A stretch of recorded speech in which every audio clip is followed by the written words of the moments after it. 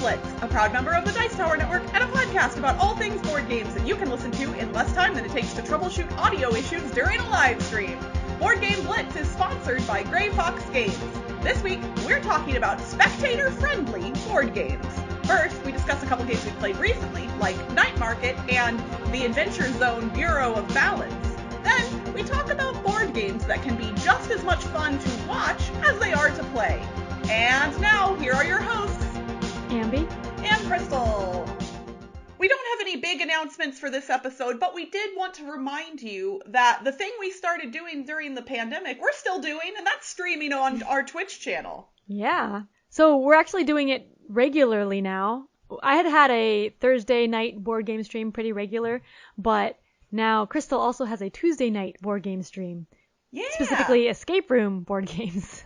I came to the realization that my backlog of escape room games was getting too big, and obviously I'm not able to get together with friends to play them, so I'm now playing them every Tuesday night on our Twitch channel at 7:30 p.m. Pacific, so you all can come and play along with me, and the chat has been invaluable for me so far in helping with my streams. And Ambie is even joining me every other week right now for those, because we had a couple of games that we both received, and so we're playing them remotely, but simultaneously, basically.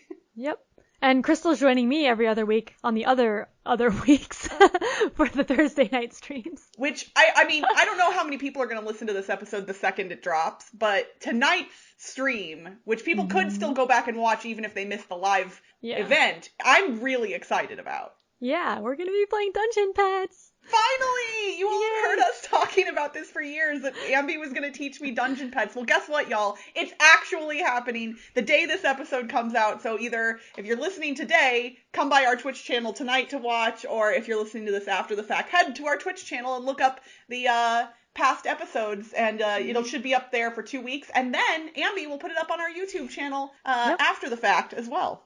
Yeah, and I'm actually uploading all of our board game playthroughs from Twitch onto our YouTube channel, edited out. So it's like mostly just the gameplay. So I've been doing that, and I think I'm mostly caught up now. So you can see all of our old Twitch streams on YouTube too. Which is pretty exciting, because they only stick around on Twitch for a couple of weeks, and so now they will live on in perpetuity.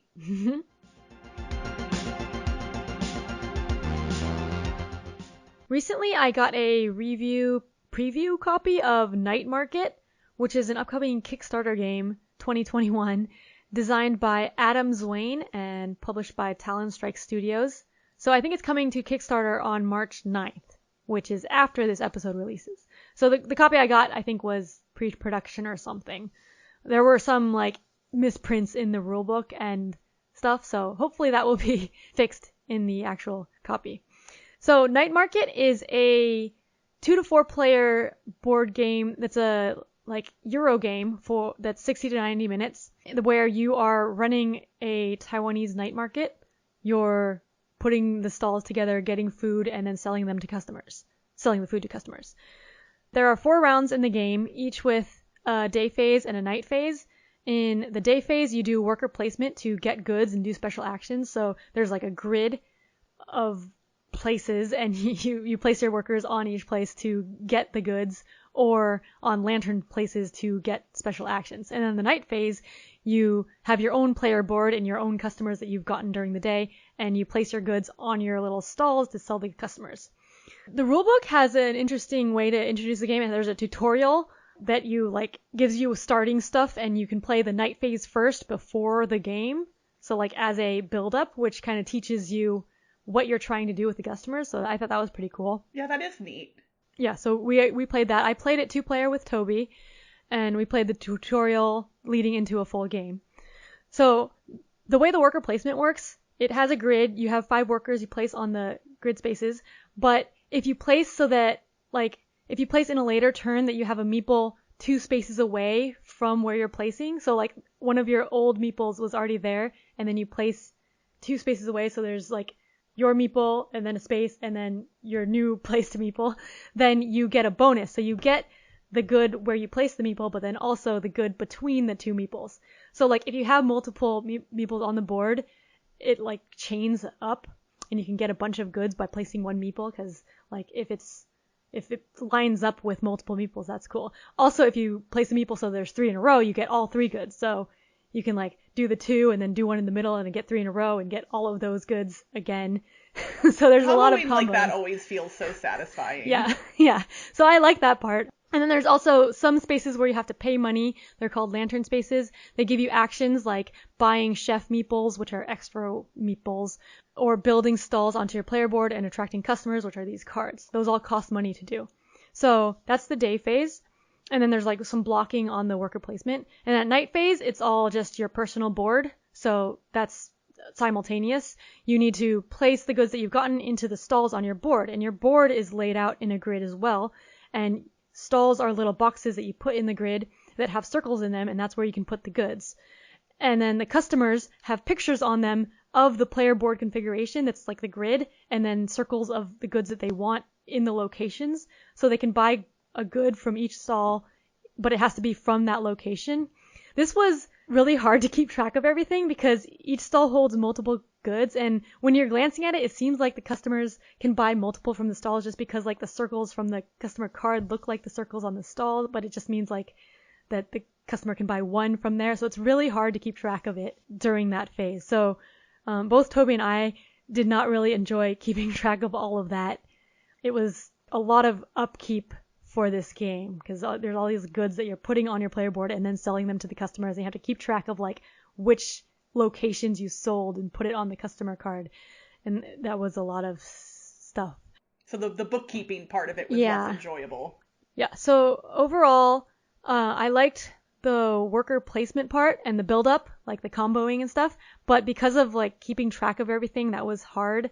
And also the game didn't feel very thematic. It didn't really feel like a night market. It just felt like getting combos and stuff, and while we were playing, we weren't excited by the theme, but we had been super excited about the theme trying to play it because Toby's Taiwanese and we like food and night markets. So we were disappointed because it didn't feel thematic, and then also the night phase gameplay didn't really enjoy it. So yeah, we were disappointed in night market. There were some inconsistencies with the rulebook that I mentioned earlier, but this was a preview copy, so I'm not sure if it will look different. Also, it was difficult to tell the fronts and backs of some of the components. Each of the components, the stalls are double-sided, and the cards also were double-sided, and it's hard to tell like which cards are which set of card for setup. So, and like the starter cards, the difference between the starter cards and the regular cards is like a tiny number in the bottom corner. It says S1 instead of just like a regular number. So it was very difficult to tell. Like that wasn't very clear. So yeah, a lot of the, I guess, production wasn't clear. And it was, the gameplay also, like with all of the customers in the night phase, was kind of hard to keep track of. So if all of that got fixed, I think it would be a lot clearer and more fun to play. But as it was, we were disappointed in Night Market. Your face. You're so sad. I know. We wanted to like it.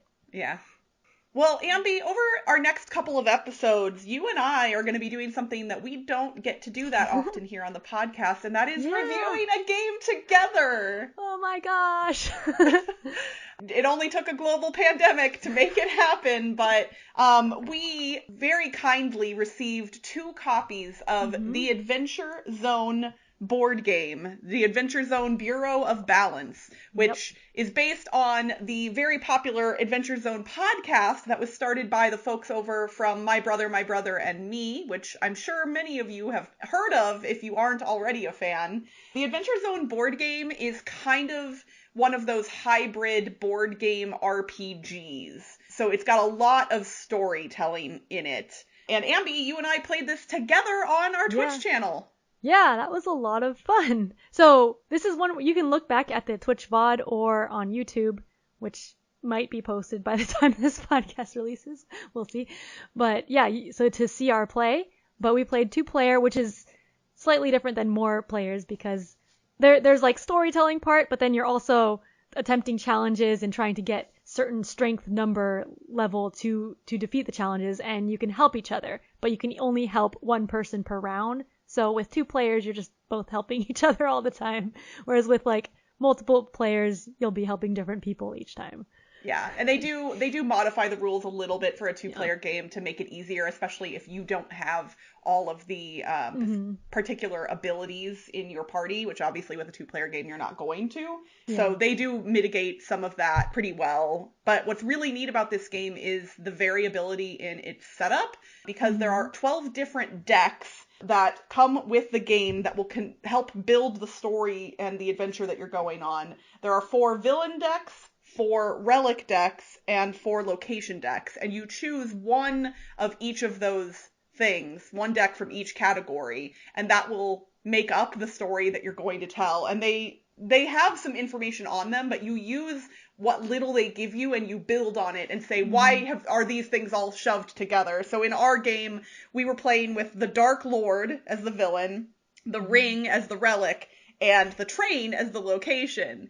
And so we we ended up going on an adventure to find the Dark Lord's name was Growl, and when he was a kid, he put a tooth under his pillow, and the tooth fairy never came and got it. And so he forged a ring out of this tooth, and it was called Molar. And then he was trying to get this ring back, and we were trying to get to the ring before him. Like, it was fully ridiculous and so delightful. Yeah.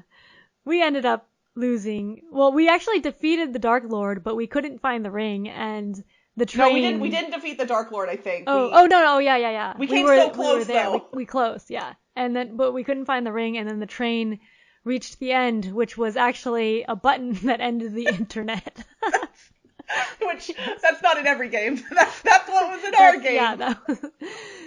Yeah, so like all of these things that we said were things, there were prompts, like what's the name of the Dark Lord? How is he connected to the ring? And that's what we came up with help from the chat. Like, so the prompts kind of help us create this story, which was really fun.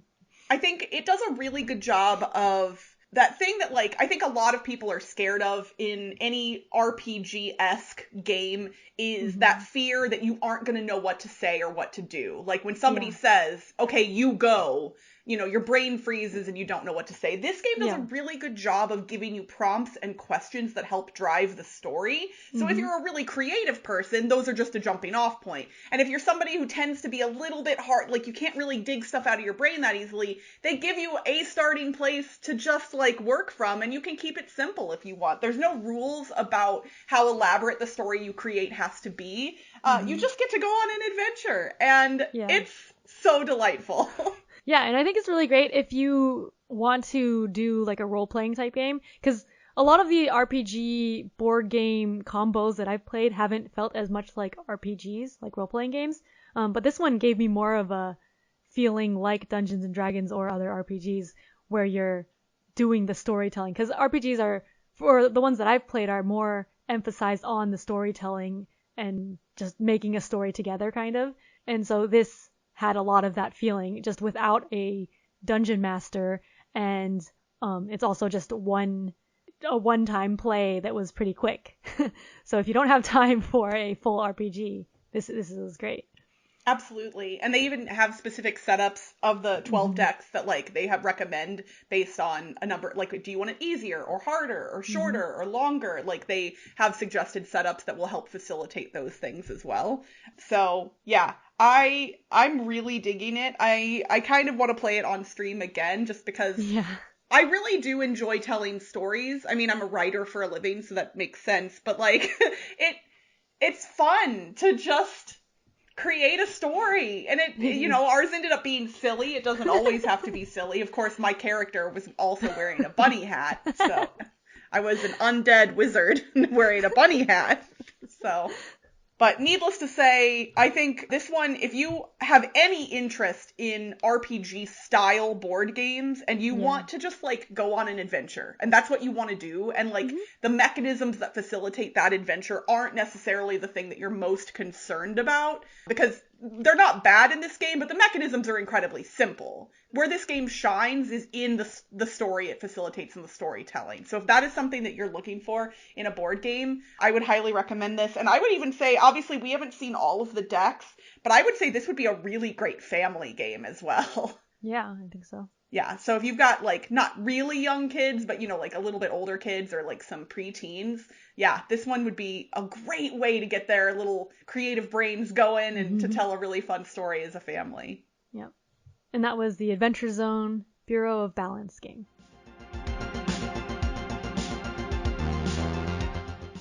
We keep harping on the fact that we stream on Twitch because it's something that we're doing a lot of lately. And it's fun. And we enjoy doing it, and people seem to enjoy watching it. And that made us think, what board games are fun to watch? We talk all the time about what games are fun to play, but maybe you've heard us talking about Twitch and you're like, I don't watch people play games. I just play games. But should you? Should you be watching us play games? I mean, it doesn't have to be us, but like, I think that there are some games. I actually know of one in particular that for me, I never want to play, but I always enjoy watching. So I'm like one of these people that says, I don't watch games, I like playing them. This happens in all types of games, like sports, I don't like watching. But I don't know if we have the same one that we like watching, but I do know that one game that I will not want to play but will want to watch is Spyfall. See, mine is Spaceteam. Oh, okay. Because I like Spaceteam playing is that one. too frantic for me. Yeah. Like, I can't handle the stress, but watching other people get stressed out by it, I'm all in for. Oh, and Bunny Bunny Moose Moose is also a very fun one to watch. Yeah, no, I think having played that with you once, I would prefer to watch, although it was also fun to play, but it's stressful. Yeah. Yeah, so a lot of games that are stressful can be more fun to watch than play, if it's the type of stress that you don't like. Like, for me, Spyfall is the type of stress that I don't like. I don't like coming up with questions and answers on the fly. But watching other people do it, seeing them come up with questions and answers and trying to think of it along with them without the pressure is really fun. So those obviously kind of fit into the party game category. And I would say that there are a lot of party games that are fun to watch. I mean, there's a reason that Tom often does Wits and Wagers at, you know, like big audience shows at conventions, because even if you aren't one of the people playing, which most people are, but if you're not, it's still enjoyable to watch a party game generally, because there's a lot of kind of big moments and things like that. For me, when I was at Dice Tower Con, I don't remember how many years ago now, like a few years ago, there were some people kind of late at night playing Word Slam, and I had never played Word Slam before. And like, they were all standing around a table, like two sides of it in a long row. And I don't remember how many people there were. It was like a crowd. And they're all standing, leaning over this table while two people are sitting there manipulating these cards. And they're like whispering and also yelling and getting so excited. And I just was like drawn. It was like magnetic for me to go over and see what this thing was. And of course now I'm just as obsessed with Word Slam, so. Yeah, and another thing with Wits and Wagers, like trivia games I think is fun to watch because you can kind of guess along. It's like interactive with the person watching. Even though you're not actually playing, you can pretend you're playing. So for me, I like games like that where I can kind of play along while I'm watching. Absolutely. I mean, Eric and I on Dice Tower Tonight play games all the time where the chat either can participate or can just kind of help a little. Yeah. Like, they can watch what we're doing and make suggestions to us or whatever else. So there's that interactive nature, especially with a live streamed game. But as far as like non-live stream, like in-person games that are fun to watch, another category that I tend to enjoy a lot are dexterity games, especially the giant-sized versions that you sometimes find at conventions, like Giant Catch the Moon, or any of the, like, in that BGG Con area with all the big dexterity games. Like, I don't need to play them. I can just stand around and watch other people play them, and it's just as enjoyable for me. Yeah, or they have those huge events like the Battling Tops Oh my gosh. Yeah, they, like, turn that into, like, a spectacle. That's a spectacle, yeah. Yeah. So we also mentioned some real-time games, and I think that the reason real-time games work is because they do tend to be frantic in nature.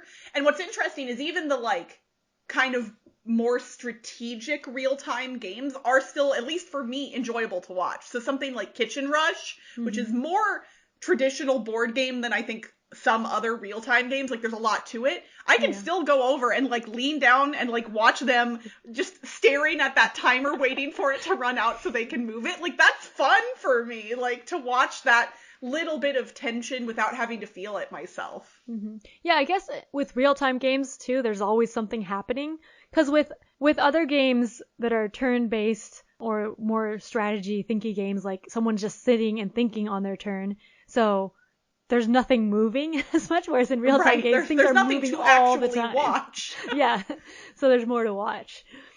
If you're just like walking around watching. With live streams, people tend to narrate their actions more, so Euro games work for that as well, I think. That's true. It does. It is interesting to me how much longer games take to play when we stream them, because we are trying to make moves that would essentially be innocuous. We're trying to A, describe them, and B, make them more interesting when we're streaming a game. Yeah. And I sometimes will even like go through like what's in my head to some degree, which I think, I mean, I don't know if other people are like me, but when I'm watching other people play a game, I'm, especially depending on the quality of the overhead camera, this is a dig at myself in case anyone's not aware, sometimes you can't see all the detail. And so for me, the most interesting part is hearing why they're doing what they're doing, not necessarily just looking at what they're doing. I talk about that even when I'm playing with people, like just people that I'm playing with a lot of the times. Just because it's fun to talk about why. Yeah. I talking out loud can definitely help me kind of like suss through some strategic stuff. Yeah. Yeah, another type of game that we actually talked about in the recently played is like story games or RPGs. So those are fun to watch because it's like you're listening to someone tell a story. I mean, there's a reason that Critical Role has become the phenomenon that it is, and that is people enjoy a good story. We don't play a lot of storytelling games on our channel. I've actually considered playing through a campaign of Forgotten Waters. I've mentioned that before. I've considered playing Fog of Love as well. Fog of Love is such an interesting game, and I don't get to play it that often. But I like stories, and I like telling stories and sharing stories and creating stories with other people. And I think it's an especially cool way to connect with people when we are playing games remotely, and not just the person you're playing with, but potentially the chat. And what was neat about our gameplay for the Adventure Zone was that chat contributed some of those pieces of the story. We asked them, you know, why did this happen? And we let the chat contribute. So now they're helping us craft the story. Yeah, that was neat. And I think that helps them feel a little bit more invested in it, you know? Hopefully. I mean, yeah, that's the goal, right? We're telling you how you felt, chat. So, I mean, there are specific examples. We've given a few of them already. But, like, generally, I think for a game to be spectatable, I don't know if that's a word, it needs to have something that will catch people's interest, but that doesn't have to be one specific thing. It can be the visual, it can be the story, or it can be the drama, which, like, in the case of those real-time, the frantic games, like, it's kind of the same reasons why you would watch anything, but I think most people just don't even really think about those aspects existing in board games all the time. Yeah, like calling real-time games drama. Like, I don't normally connect that, but yeah, it is. That's a good description of it. We should like list out the different like television show genres and put games into those categories. Okay, but the thing is, what would fit into police procedural? Would like detective or like Chronicles of Crime? That would be the police procedural, right? That's interesting to watch.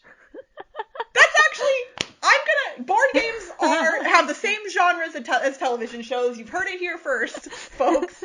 That's what I've determined just now. That's the light bulb moment when my bunny ears popped up. And that's it for this week's Board Game Blitz. Visit our website, boardgameblitz.com, for video and blog content, as well as to get links to all our social media pages. This episode was sponsored by Gray Fox Games. If you've heard the great reviews about After the Empire and you want to experience this amazing worker placement game for yourself, you can order it directly from grayfoxgames.com. Grey Fox Games. Quality games cleverly crafted. Join the Blitzketeer community on Discord by following the link in the show notes. You can support their show by leaving us a rating and review on your podcast provider. And if you want behind-the-scenes access and an invite to our private Slack channel, visit patreon.com/BoardGameBlitz. Our theme song was composed by Andrew Morrow. Technical support provided by Toby Mel. Board Game Blitz is part of the Dice Tower Network. Until next time, game! I'm gonna play forever. I'm gonna learn how to win. Bye, everyone! Bye!